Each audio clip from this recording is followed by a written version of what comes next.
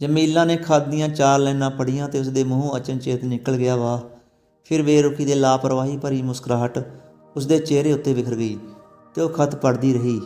ਪੜ੍ਹਨ ਤੋਂ ਬਾਅਦ ਕੁਝ ਦੇਰ ਬੈਠੀ ਉਹ ਸੋਚਦੀ ਰਹੀ, ਫਿਰ ਕਲਮ ਉਧਾਰ ਚੁੱਕ ਉਸਦਾ ਜਵਾਬ ਲਿਖਣ ਬੈਠ ਗਈ। ਸਮਝ ਨਹੀਂ ਆ ਰਹੀ ਕਿ ਤੁਹਾਡੇ ਲਈ ਕੀ ਲਿਖ ਕੇ ਖਤ ਨੂੰ ਸ਼ੁਰੂ ਕਰਾਂ। ਤੁਸਾਂ ਮੇਰੀ ਜਮੀਲਾ ਲਿਖਿਆ ਹੈ। ਇੱਕ ਜ਼ਮਾਨਾ ਸੀ ਜਦੋਂ ਤੁਸੀਂ ਮੇਰੀ ਜਮੀਲਾ ਲਿਖਦੇ ਸੋ ਅਤੇ ਮੈਂ ਜਵਾਬ ਵਿੱਚ ਮੇਰੇ ਸਰਤਾਜ ਲਿਖਦੀ ਸਾਂ, ਪਰ ਅੱਜ ਮੇਰੀ ਜਮੀਲਾ ਲਿਖਣ ਦਾ ਹੱਕ ਨਾ ਤੁਹਾਡੇ ਕੋਲ ਹੈ ਅਤੇ ਨਾ ਮੇਰੇ ਸਰਤਾਜ ਲਿਖਣ ਦਾ ਹੱਕ ਮੇਰੇ ਕੋਲ। ਖੈਰ, ਮੈਂ ਬਿਨਾਂ ਕਿਸੇ ਲਕਬ ਦੇ ਖਤ ਲਿਖ ਰਹੀ ਹਾਂ। ਸੱਚਮੁੱਚ ਤੁਹਾਡਾ ਖਤ ਮਿਲਣ 'ਤੇ ਮੈਂ ਹੈਰਾਨ ਰਹਿ ਗਈ। ਇੰਨੇ ਲੰਬੇ ਅਰਸੇ 10 ਸਾਲਾਂ ਬਾਅਦ ਤੁਹਾਨੂੰ ਮੇਰੇ 'ਤੇ ਆਪਣੀ ਬੱਚੀਆਂ ਦੀ ਯਾਦ ਕਿਸ ਤਰ੍ਹਾਂ ਆ ਗਈ। ਲੱਗਦਾ ਹੈ ਕਿ ਸਕੀਨਾ ਬੀਬੀ ਤੋਂ ਵੀ ਤੁਹਾਡਾ ਦਿਲ ਭਰ ਗਿਆ ਹੈ, ਪਰ ਤੁਹਾਨੂੰ ਕਾਹਦਾ ਫਿਕਰ ਹੈ। ਹੁਣ ਤੀਸਰੀ ਬੀਬੀ ਲੈ ਆਓ। ਆਖਰ ਮਰਦ ਹੋਣਾ 3-4 ਬੀਬੀਆਂ ਰੱਖੇ ਬਿਨਾਂ ਤੁਹਾਡੀ ਮਰਦਾਨਗੀ ਦਾ ਸਬੂਤ ਕਿਸ ਤਰ੍ਹਾਂ ਮਿਲੇਗਾ। ਤੁਸਾਂ ਲਿਖਿਆ ਹੈ ਕਿ ਇੱਕ ਵਾਰ ਮੈਨੂੰ ਮਿਲਣਾ ਚਾਹੁੰਦੇ ਹੋ, ਆਪਣੀਆਂ ਧੀਆਂ ਨੂੰ ਵੇਖਣਾ ਚਾਹੁੰਦੇ ਹੋ। ਮੈਨੂੰ ਇਹਦੇ ਵਿੱਚ ਇਤਰਾਜ਼ ਤਾਂ ਕੋਈ ਨਹੀਂ, ਪਰ ਮੈਂ ਸਮਝਦੀ ਹਾਂ ਸਾਨੂੰ ਮਿਲ ਕੇ ਤੁਹਾਨੂੰ ਕੋਈ ਖਾਸ ਖੁਸ਼ੀ ਨਹੀਂ ਹੋਵੇਗੀ। ਅੱਜ ਤੋਂ 10 ਸਾਲ ਪਹਿਲਾਂ ਤੁਸੀਂ ਜਿਸ ਹਾਲਤ ਵਿੱਚ ਤੁਸੀਂ ਸਾਨੂੰ ਦਿੱਲੀ ਵਿੱਚ ਬੇਸਹਾਰਾ ਛੱਡ ਕੇ ਸਕੀਨਾ ਨਾਲ ਐਸ਼ ਦੀ ਜ਼ਿੰਦਗੀ ਬਿਤਾਉਣ ਗਵਾਲੀਅਰ ਚਲੇ ਗਏ ਸੋ, ਅੱਜ ਸਾਡੀ ਹਾਲਤ ਉਸ ਨਾਲੋਂ ਬਹੁਤ ਚੰਗੀ ਹੈ। ਤੁਹਾਡੀ ਸਿਰੀ ਹੁਣ 16 ਸਾਲਾਂ ਦੀ ਖੂਬਸੂਰਤ ਲੜਕੀ ਹੈ। ਉਹ ਫਿਲਮਾਂ ਵਿੱਚ ਕੰਮ ਕਰਦੀ ਹੈ, ਨੱਚਦੀ ਹੈ, ਗਾਉਂਦੀ ਹੈ ਅਤੇ ਪਰਦਾ ਤਾਂ ਬਿਲਕੁਲ ਨਹੀਂ ਕਰਦੀ। ਤੁਸੀਂ ਉਸਦਾ ਇਹ ਰੂਪ ਵੇਖ ਕੇ ਘਬਰਾ ਜਾਓਗੇ। ਉਸ ਨੂੰ ਮਿਲਣ ਲਈ ਘਰ ਵਿੱਚ ਪਤਾ ਨਹੀਂ ਕਿੰਨੇ ਹੀ ਮਰਦ ਰੋਜ਼ ਆਉਂਦੇ ਹਨ। ਤਰ੍ਹਾਂ ਤਰ੍ਹਾਂ ਦੀਆਂ ਪ੍ਰੋਡਿਊਸਰ ਆਪਣੀ ਫਿਲਮ ਵਿੱਚ ਕੰਮ ਦੇਣ ਤੋਂ ਪਹਿਲਾਂ ਕਈ ਢੰਗਾਂ ਨਾਲ ਉਸਦੇ ਸਰੀਰ ਦੀਆਂ ਗੋਲਾਈਆਂ ਨਾਪਦੇ ਹਨ ਅਤੇ ਅਖਬਾਰ ਨਵੀਸ ਹਰ ਢੰਗ ਦੀਆਂ ਫੋਟੋਆਂ ਲਾਉਂਦੇ ਨੇ, ਕਿਉਂਕਿ ਫਿਲਮ ਸਟਾਰ ਦੀ ਪਬਲਿਸਿਟੀ ਲਈ ਇਹ ਸਭ ਕੁਝ ਬਹੁਤ ਜ਼ਰੂਰੀ ਹੈ। ਕੀ ਤੁਸੀਂ ਇਹ ਸਭ ਕੁਝ ਸਹਿ ਸਕੋਗੇ।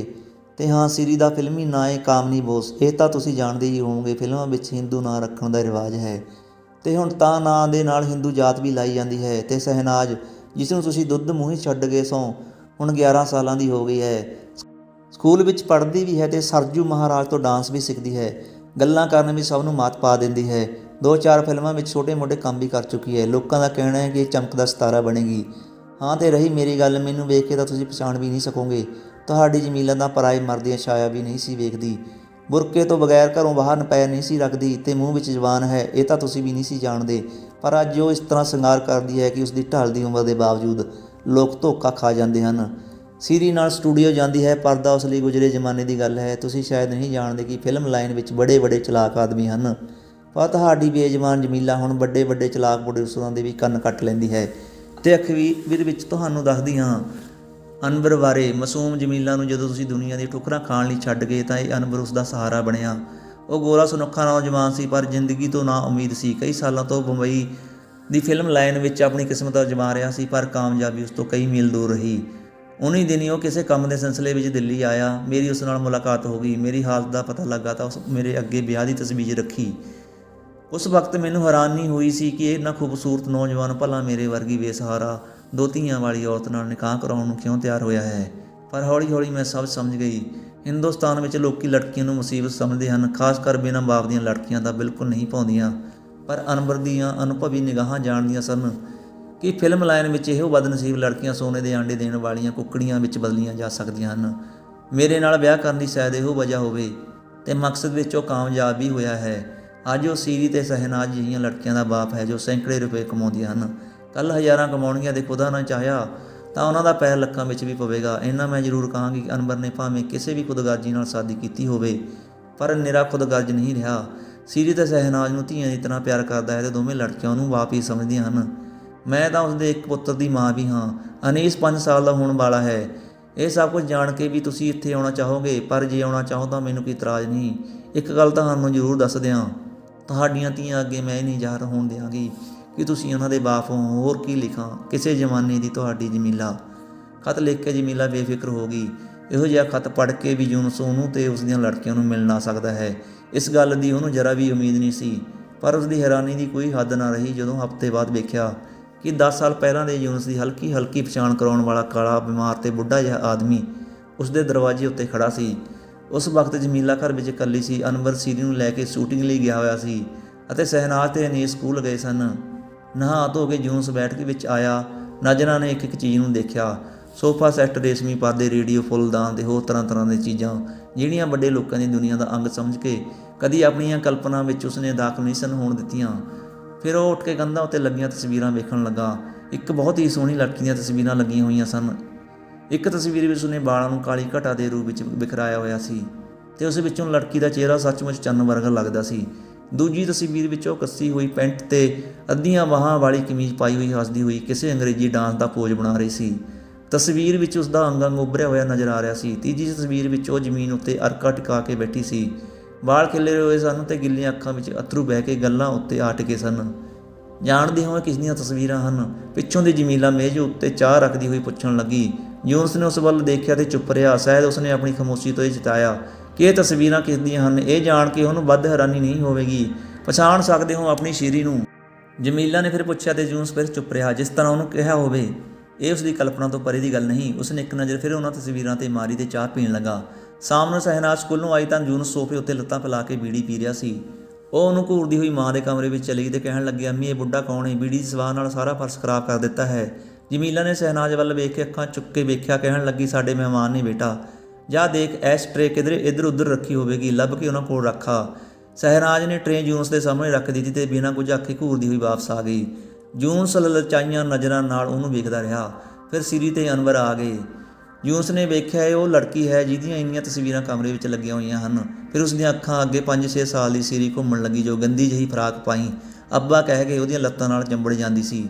ਕਿ ਇਹ ਉਹੀ ਸੀਰੀ ਹੈ, ਉਸਦੀ ਲੜਕੀ ਸੀਰੀ। ਉਹ ਉਹਦੇ ਤੋਂ ਕੁਝ ਗੱਜ ਦੇ ਫਾਸਲੇ ਉੱਤੇ ਖੜੀ ਸੀ, ਪਰ ਯੂਨਸ ਨੂੰ ਲੱਗਾ ਇਹ ਫਾਸਲਾ ਕੁਝ ਗੱਜ ਦਾ ਨਹੀਂ, ਇਹ ਤਾਂ ਸਿਰਫ ਫਾਸਲਾ ਹੈ, ਇਹੋ ਜਿਹਾ ਫਾਸਲਾ ਜਿਸ ਨੂੰ ਮਾਪਣ ਲਈ ਗੱਜ ਮੀਲ ਕੁਝ ਨਹੀਂ ਬਣੇ। ਜਮੀਲਾ ਨੇ ਸਭ ਨੂੰ ਕਹਿ ਦਿੱਤਾ ਕਿ ਉਸਦਾ ਦੂਰ ਦਾ ਰਿਸ਼ਤੇਦਾਰ ਹੈ ਤੇ ਗਵਾਲੀਅਰ ਤੋਂ ਆਇਆ ਹੈ। ਰਾਤ ਨੂੰ ਖਾਣੇ ਵੇਲੇ ਖੂਬ ਹਾਸਾ ਮਖੌਲ ਹੋਇਆ। ਸਟੂਡੀਓ ਸ਼ੂਟਿੰਗ ਦੀਆਂ ਗੱਲਾਂ, ਪ੍ਰੋਡਿਊਸਰ ਦੀਆਂ ਗੱਲਾਂ, ਇੰਨੀਆਂ ਗੱਲਾਂ ਕਿ ਸਾਰਾ ਆਲਾ ਦੁਆਲਾ ਗੱਲਾਂ ਦੇ ਪਾਣੀ ਨਾਲ ਭਰ ਗਿਆ, ਜਿਸ ਵਿੱਚ ਅਨਵਰ ਤੇ ਜਮੀਲਾ, ਸੀਰੀ ਤੇ ਸ਼ਹਿਨਾਜ਼ ਛੋਟੀਆਂ-ਛੋਟੀਆਂ ਡੂੰਘੀਆਂ ਵਾਂਗ ਤਰਨ ਲੱਗੇ, ਖਲੋਰੇ ਖਾਣ ਲੱਗੇ ਤੇ ਯੂਨਸ ਉਸ ਪਾਣੀ 'ਚ ਭਾਰੇ ਪੱਥਰ ਵਾਂਗ ਡੁੱਬ ਗਿਆ। ਕਿਸੇ ਨੂੰ ਪਤਾ ਹੀ ਨਾ ਲੱਗਾ ਕਿ ਇਹਨਾਂ ਥਿਰਕਦੀਆਂ ਬੇੜੀਆਂ ਥੱਲੇ ਕੋਈ ਪੱਥਰ ਵੀ ਹੈ। ਰਾਤ ਨੂੰ ਜਮੀਲਾ ਨੇ ਉਸੇ ਸੌਣ ਦਾ ਬੈਠਕ ਵਿੱਚ ਹੀ ਪ੍ਰਬੰਧ ਕਰ ਦਿੱਤਾ। ਸੀਰੀ ਤੇ ਸ਼ਹਿਨਾਜ਼ ਆਪਣੇ ਕਮਰੇ ਵਿੱਚ ਚਲੀਆਂ ਗਈਆਂ।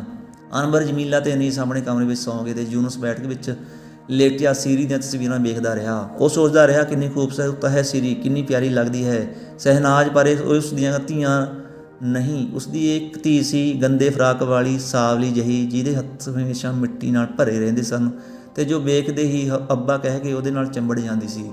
ਉਸਦੀ ਸ਼ਹਿਨਾਜ਼ ਟੁੱਟੇ ਹੋਏ ਭੰਗੂੜੇ ਵਿੱਚ ਪਈ ਰਹਿੰਦੀ ਸੀ। ਇਹ ਫੁੱਲਾਂ ਵਾਂਗ ਖਿੜੀਆਂ ਕੁੜੀਆਂ ਦਾ ਬਾਪ ਉਹ ਨਹੀਂ ਹੋ ਸਕਦਾ।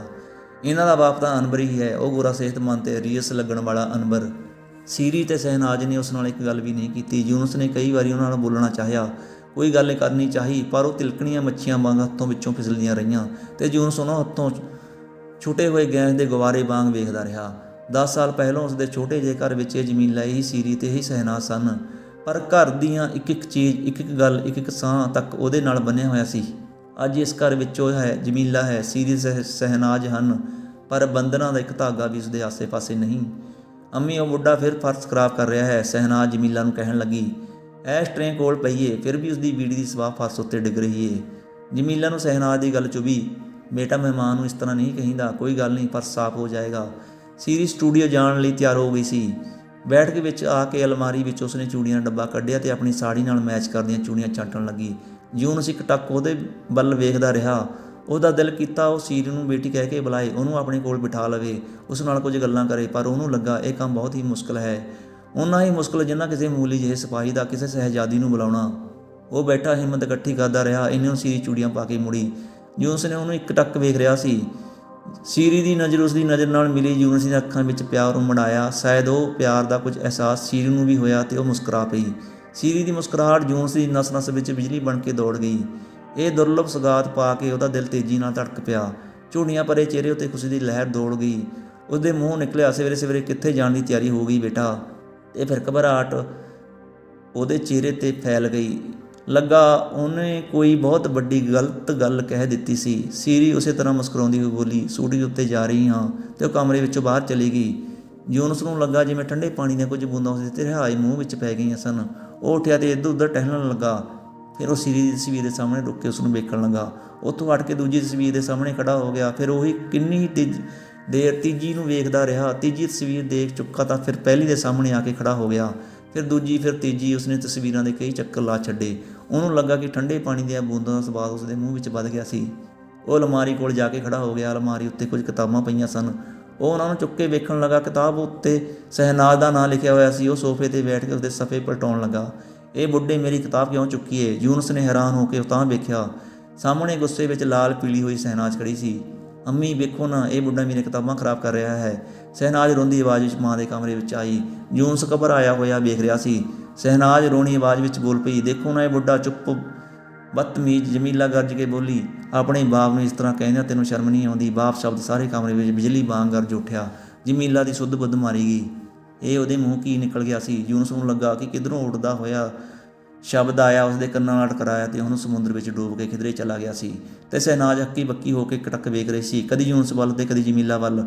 ਫਿਰ ਉਸ ਇੱਕ ਨਜ਼ਰ ਭਰ ਕੇ ਯੂਨਸ ਵੱਲ ਵੇਖਿਆ ਤੇ ਜਮੀਲਾ ਨੂੰ ਪੁੱਛਣ ਲੱਗੀ, ਇਹ ਮੇਰਾ ਬਾਪ ਏ? ਜਮੀਲਾ ਸ਼ਾਂਤ ਹੋ ਚੁੱਕੀ ਸੀ, ਉਸਦੀਆਂ ਅੱਖਾਂ ਵਿੱਚ ਨਮੀ ਜਿਹੀ ਫੈਲ ਗਈ ਸੀ। ਹਾਂ ਬੇਟੀ। ਸ਼ਹਿਨਾਜ਼ ਨੇ ਇੱਕ ਵਾਰ ਫਿਰ ਯੂਨਸ ਵੱਲ ਵੇਖਿਆ ਤੇ ਫਿਰ ਮਚਲ ਉੱਠੀ, ਨਹੀਂ ਨਹੀਂ, ਮੈਂ ਬਾਪ ਨਹੀਂ ਲਵਾਂਗੀ, ਮੈਂ ਨਹੀਂ ਲਵਾਂਗੀ। ਹਾਂ। ਜਮੀਲਾ ਨੇ ਡਾਂਟਿਆ, ਪਾਗਲ ਹੋ ਗਈ ਹੈ ਸ਼ਹਿਨਾਜ਼? ਹੋਰ ਮਚਲੀ, ਇਹ ਬਾਪ ਨਹੀਂ ਲਵਾਂਗੀ। ਹਾਂ। ਸੀਰੀ ਨੂੰ ਗੋਰਾ ਬਾਪ ਦਿੰਦੀ ਏ ਤੇ ਅਨੀਸ ਨੂੰ ਵੀ ਗੋਰਾ ਬਾਪ ਤੇ ਮੈਨੂੰ ਕਾਲਾ ਬਾਪ ਦਿੰਦੀ ਏ। ਮੈਂ ਕਾਲਾ ਬਾਪ ਨਹੀਂ ਲਵਾਂਗੀ। ਉਹ ਇਸ ਤਰ੍ਹਾਂ ਪੁੱਟ ਕੇ ਰੋਣ ਲੱਗੀ ਜਿਸ ਤਰ੍ਹਾਂ ਉਹਨੂੰ ਉਸਦੇ ਭਰਾ ਭੈਣ ਦੇ ਮੁਕਾਬਲੇ ਬੜਾ ਘਟੀਆ ਖਿਡੌਣਾ ਦਿੱਤਾ ਜਾ ਰਿਹਾ ਸੀ। ਉਸਦੇ ਨਾਲ ਬੜੀ ਵੱਡੀ ਬੇਇਨਸਾਫੀ ਹੋ ਰਹੀ ਹੋਵੇ।